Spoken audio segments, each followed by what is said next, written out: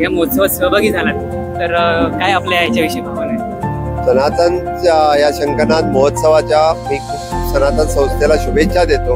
खूप चांगल्या पद्धतीचं एक्झिबिशन आणि 3 दिवसाच्या कार्यक्रमाचं आयोजन केलेलं आहे. त्यामुळे एकंदर लोकांना सनातन संस्कृती ही समजेल, सनातन संस्कृती पाहायला मिळेल. मी खऱ्या अर्थाने म्हणणार की सगळ्यांनी येऊन हे पाहावं आणि निश्चितच सनातन संस्थेला शुभेच्छा. आपण गोव्याचे मुख्यमंत्री आहात, गोव्यात हा कार्यक्रम होतोय, काय आपल्या गोव्यासाठी खरोखरच हा भाग्याचा योग आहे. त्यानिमित्ताने हा कार्यक्रम या ठिकाणी होतोय, म्हणून ही गर्वाची गोष्ट आहे गोव्याची. सर, सनातन प्रभातसाठी आपण सनातन प्रभातला तर मी माझ्या भाषणामध्ये शुभेच्छा व्यक्त केलेल्या आहे. सनातनी कार्य सदोदित लोकांपर्यंत त्याने आणलेलं आहे, त्यांच्यासाठी खूप खूप शुभेच्छा. धन्यवाद सर. तर हे आता आपल्या बरोबर होते गोव्याचे मुख्यमंत्री श्री प्रमोद सावंत यांनी आत्ताच आपल्याला या शंकरनाथ महोत्सवाला संबोधित केलं.